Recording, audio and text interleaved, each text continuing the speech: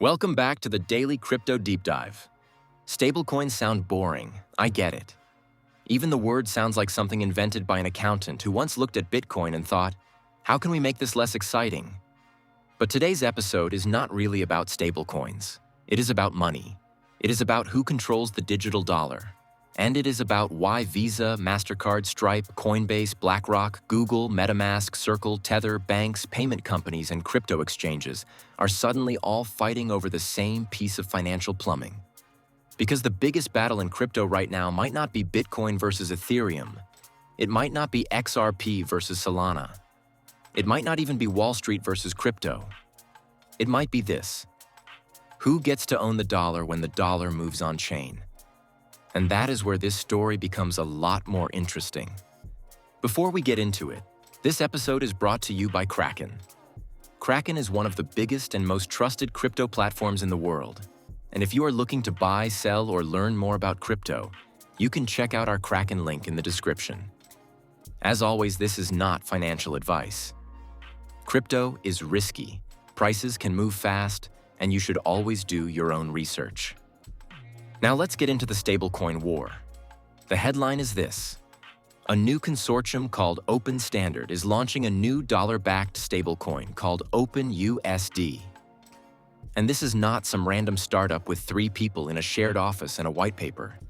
This thing has some of the biggest names in finance and technology attached to it.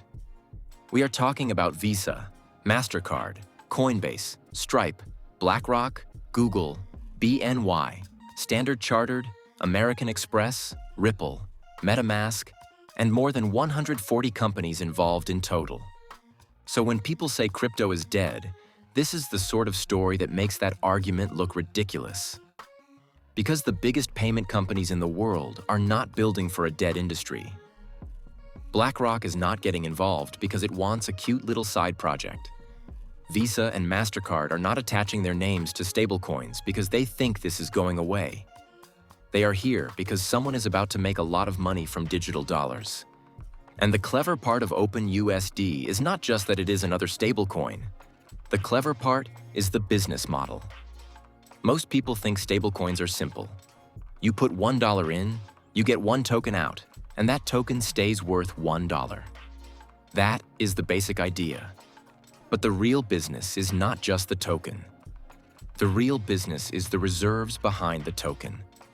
If a company issues billions of dollars of stablecoins, it has to hold backing assets. That usually means cash, short-term treasury bills, or similar safe dollar assets. Those reserves can earn interest. And in a high-rate world, that interest becomes a monster revenue stream. That is why Circle became such a big deal with USDC. USDC is not just a token, it is a huge pool of dollar reserves generating income. And that is also why this new Open USD story hit Circle so hard. Because Open USD is basically saying to businesses, why let one stablecoin issuer keep the economics when the partners using the stablecoin can share in the reserve income? That is the threat. Not just, we have a new stablecoin. The real threat is, we are changing who gets paid. And that is where this episode becomes less like crypto and more like a mafia film. Imagine you run the toll bridge. Every car that crosses pays you. Then one day, Visa, MasterCard, Coinbase, Stripe, BlackRock, and Google turn up and say, nice bridge. We are building our own, and everyone who helps bring traffic gets a cut. That is basically the Open USD pitch. It is a shared digital dollar network, built for businesses, with free minting and redemption, no volume limits, and reserve earnings shared among partners after costs. That matters because stablecoins are no longer just about crypto traders moving from Bitcoin into USDT during a dip. That was phase 1. Phase 2 is stablecoins becoming the money layer for apps, exchanges, wallets, merchants, remittances, AI agents, tokenized assets, and global payments. And the people who own that layer will be sitting in the middle of everything. Now let's bring in the analysts because this is where opinions start to split. Bernstein analyst Gautam Chugani and the Bernstein team have been among the more bullish voices on stablecoins. Their view is that Circle and Coinbase are some of the clearest public market ways to get exposure to the stablecoin boom. The logic is simple. If stablecoins grow, USDC benefits. If USDC benefits, Circle benefits.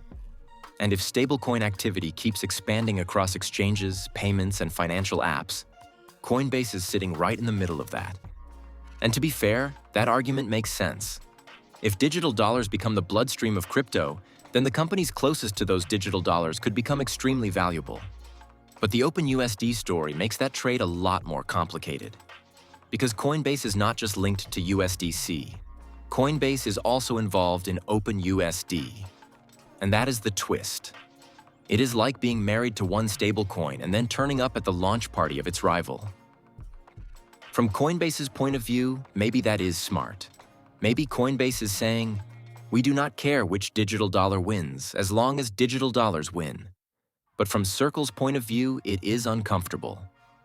Because USDC has spent years building trust, regulation, institutional relationships, and exchange adoption. Then Open USD walks in with 140 partners and says, we will share the economics. That is not a small challenge.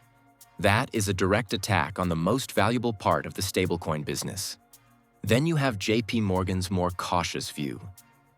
Analysts led by Nikolaos Panagirtsoglou have argued that stablecoin usage can rise without stablecoin market cap exploding in the same way. That sounds technical, but it is actually quite simple. It is about velocity. If the same $1 stablecoin moves 50 times, it can process $50 of activity. So if payment systems get faster and more efficient, you might not need trillions and trillions of stablecoins just sitting around. The same stablecoins can move again and again. So JP Morgan's point is basically this. Yes, stablecoin transactions can go through the roof, but that does not automatically mean stablecoin supply and issuer profits go up at the same speed. That is the cold shower. It means the hype could be real, but investors still need to understand the mechanics.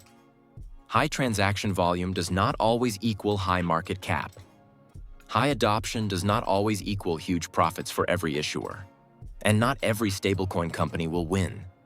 Some will become infrastructure. Some will become distribution. Some will become settlement assets. And some will probably get crushed. Then you have Citi's view, which is much bigger picture. Citi analysts, including Ronit Ghose and Ryan Rugg, have projected that stablecoin issuance could reach around $1.9 trillion by 2030 in a base case, and as much as $4 trillion in a bull case. That is why this story matters. Because if Citi is even close to right, today's fight is not over a niche crypto product. It is a fight over a future multi-trillion-dollar market. But Citi also makes another important point. Stablecoins may not be the only winner. Bank tokens, tokenized deposits, and other forms of digital money could exist alongside stablecoins. In fact, Citi has argued that many mainstream companies may still prefer bank tokens because they come with trust, privacy, and familiar regulatory safeguards. That is the battle within the battle. Crypto companies want stablecoins. Banks want tokenized deposits. Payment networks want interoperability. Governments want control. Users want speed, safety, and low cost. And businesses want one thing above everything else: money that moves instantly without a nightmare of fees, delays, and middlemen. That is why stablecoins are dangerous to the old system, but also attractive to the old system. They threaten the banks. But they also give banks, card networks, and asset managers a new rail to build on. This is why I keep saying crypto is not dying. Crypto is being absorbed. And depending on your view, that is either incredibly bullish or slightly terrifying. Because the original crypto dream was peer-to-peer money, self-custody, open networks, no permission needed. But the version now being built by BlackRock, Visa, MasterCard, Google, Coinbase, Stripe, and the banks is not exactly the cypherpunk dream. It is faster money, yes. It is more efficient money, yes. It may bring millions or even billions of people into on-chain finance. But it is also corporate-controlled, regulated, monitored, integrated, and very much part of the financial system. So the real question is not, are stablecoins bullish? The real question is, bullish for who? Bullish For Bitcoin? Maybe, because stablecoins make the whole crypto economy more liquid. Bullish for Ethereum and Solana? Possibly, because those networks can become settlement layers for digital dollars. Bullish for Coinbase? Very possibly, because Coinbase wants distribution no matter which stablecoin wins. Bullish for Circle? More complicated. USDC is still trusted, regulated, and widely adopted, but competition is now getting serious. Bullish for Tether? Tether is still the global giant, especially outside the United States. But if the regulated American stablecoin market explodes, Tether will face more pressure from USDC, Open USD, and its own US-focused products. And bullish for the average person? That depends. Because if stablecoins let someone in Argentina, Turkey, Nigeria, or anywhere with a weak currency hold digital dollars instantly, that is powerful. If they let a small business get paid globally without waiting days for settlement, that is powerful. If they let apps, wallets, and AI agents move tiny amounts of money automatically, that could change the internet. But if the future of crypto money ends up controlled by the same giants that already control payments, banking, cloud infrastructure, and asset management, then we also have to be honest. That is not the same revolution people were promised in 2013, 2017, or 2021. And then we have MetaMask, which makes this story even more interesting. MetaMask has launched a money account that combines stablecoin yield and spending inside one wallet. That means users can hold stablecoins, earn yield, and spend through a MetaMask card. In other words, MetaMask is not just trying to be a crypto wallet anymore. It is trying to become a bank-like money app. That is a huge shift. For years, crypto wallets were mainly for people who already understood crypto. You used MetaMask if you were trading tokens, using DeFi, buying NFTs, bridging assets, or interacting with on-chain apps. But now the direction is obvious. Wallets want to become spending accounts. Stablecoins want to become everyday money. And crypto companies want to move from speculation into financial services.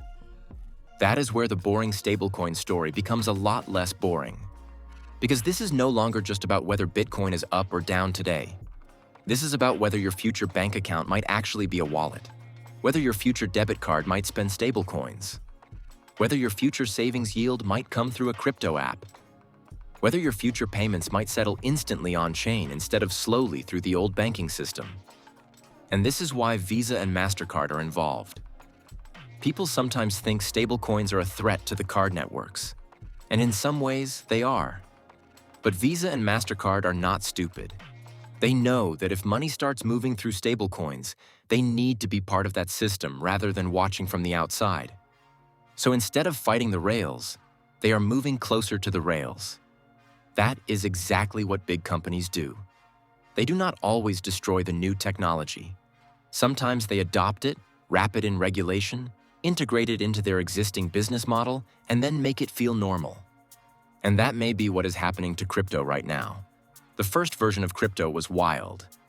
Bitcoin, Ethereum, ICOs, DeFi, NFTs, meme coins, huge pumps, huge crashes, exchanges blowing up, people making fortunes, people losing everything. The next version may look very different. It may look like stablecoins, ETFs, tokenized treasuries, regulated wallets, institutional custody, corporate settlement, AI payments, and bank-grade infrastructure. That is less exciting on the surface, but it may be much bigger. Noel Acheson has made the point before that stablecoins are one of the most important bridges between traditional finance and crypto, because they give people a reason to use blockchain rails without forcing them to take crypto price risk. That is a key idea. Most people do not want their spending money going up and down 10% in a week. They want dollars. They want stability. They want something that works. That is why stablecoins can be the Trojan horse. People may never say, "I am using crypto." They may just use an app that settles in stablecoins behind the scenes. Businesses may not care about blockchain ideology. They may just care that payments are faster and cheaper.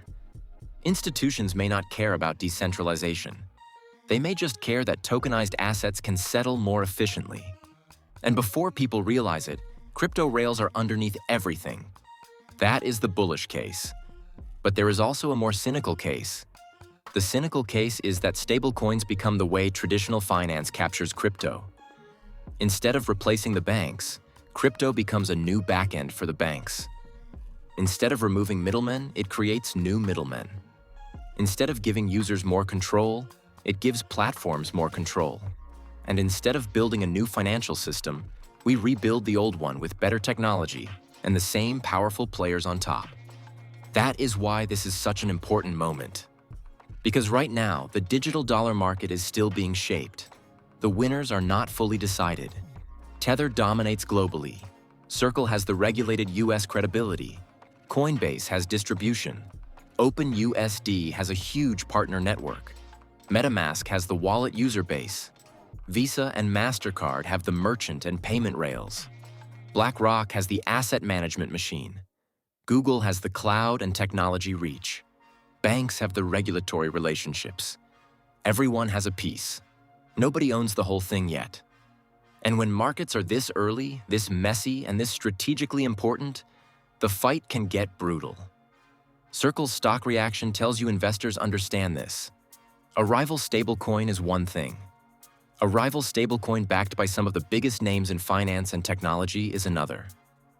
A rival stablecoin that shares reserve income with partners is a direct challenge to the economics. Because if you are a business choosing which stablecoin to use, the question becomes simple. Do you want to use a stablecoin where another issuer captures the yield? Or do you want to be part of a network where the economics are shared? That is a strong pitch. But there are still risks. Stablecoins depend on trust. Users need to believe the reserves are real. Regulators need to believe the structure is safe. Businesses need to believe redemption works. Markets need to believe the stablecoin can survive stress. One bad reserve issue, one regulatory problem, one depeg, one failure during a crisis, and confidence can disappear quickly. That is why Tether is so fascinating. Tether has been criticized for years, questioned for years, doubted for years, and yet it remains the giant. Why? Because it works for the market it serves. It has liquidity, global reach, and deep network effects. In crypto, that matters massively. Circle has gone a different route. More regulated, more transparent, more institution-friendly. That works for banks, companies, and US-focused adoption. Open USD seems to be trying to offer something different again. A partner-owned or partner-aligned model where the businesses using the stablecoin can benefit from the economics. So this is not one stablecoin replacing another overnight. This is a market splitting into different lanes. Tether is the offshore global liquidity machine. USDC is the regulated institutional dollar. Open USD wants to be the shared business network. MetaMask wants to put stablecoin banking into the wallet. Banks want tokenized deposits. Governments are still watching because they know whoever controls digital dollars will have enormous influence. And that brings us to the biggest point of all. The US dollar is already the world's reserve currency. Stablecoins could make it even more powerful. If people around the world can hold dollar tokens on their phone, that strengthens digital dollar demand. It could extend dollar dominance into countries where people do not have easy access to US banking. That is why some people in Washington like stablecoins. They are not just a crypto product. They can be a tool of dollar expansion. But other governments may not like that. Because if their citizens start holding digital dollars instead of local currency, that creates pressure. So stablecoins are not just a crypto issue. They are a geopolitical issue. They are a banking issue. They are a payments issue. They are a monetary policy issue. And this is why a boring word like stablecoin suddenly becomes one of the most important words in finance. Because whoever wins stablecoins does not just win a token market. They win payment flows. They win user relationships. They win reserve income. They win settlement rails. They win data. They win influence. So when Visa, MasterCard, Coinbase, Stripe, BlackRock, and Google get involved, we should not look at that and say, oh, boring stablecoins. We should look at it and say, the giants are positioning. They can see where the money is going. And maybe the real lesson is this: the next big crypto wave may not feel like the last one. It may not look like a meme coin going 100x overnight. It may not look like a cartoon NFT selling for millions. It may not look like a random altcoin getting pumped on social media. It may look boring. It may look corporate. It may look regulated. It may look like payment infrastructure. It may look like stablecoins. But underneath that boring surface, there is a massive fight happening over the future of money. So when people ask whether crypto is finished, maybe the better question is this: if crypto is finished, why are the biggest financial companies in the world fighting so hard to control its rails? That is the part people need to pay attention to. Because Bitcoin gave the world digital scarcity. Ethereum gave the world programmable finance. Stablecoins may give the world digital dollars that actually move at internet speed. And once money moves at internet speed, everything built around money starts to change. Payments change, banking changes, remittances change, exchanges change, apps change, AI commerce changes, tokenized assets change, global finance changes. That does not mean every stablecoin wins. It does not mean Circle cannot be challenged. It does not mean Open USD automatically takes over. It does not mean Tether disappears. It does not mean banks lose. And it definitely does not mean there is no risk. But it does mean this is one of the most important stories in crypto right now. Not because stablecoins are exciting by themselves, but because they are the bridge between the old world and the new one. And right now, everyone wants to own the bridge. That is why this stablecoin war matters. It is not really about tokens. It is not really about apps. It is not really about one company launching one product. It is about who controls the digital version of the most powerful currency on Earth. And if that does not sound exciting, I do not know what does. Because the future of crypto might not start with a rocket emoji. It might start with a digital dollar. Thank you so much for listening. Like and follow, and as always, we will see you at the top.